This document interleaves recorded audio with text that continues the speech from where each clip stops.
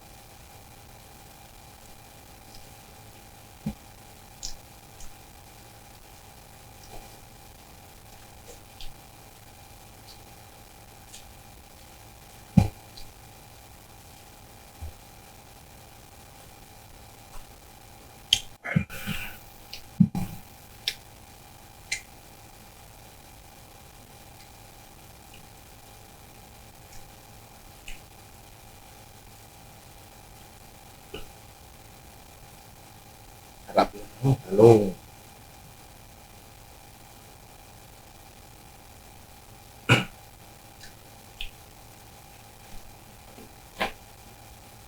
Check natin kung may namamahay. Meron. Tanggalin po natin. Meron pong namahay. So natin sa talong sa bagoong. Kanin.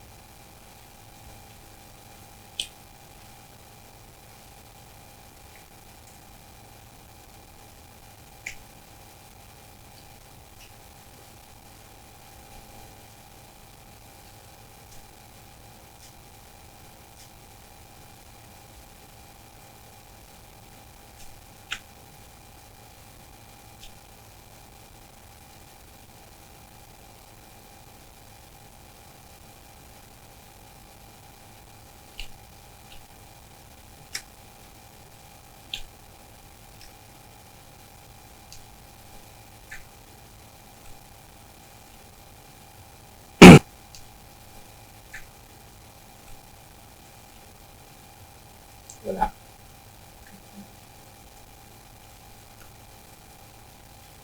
Wala.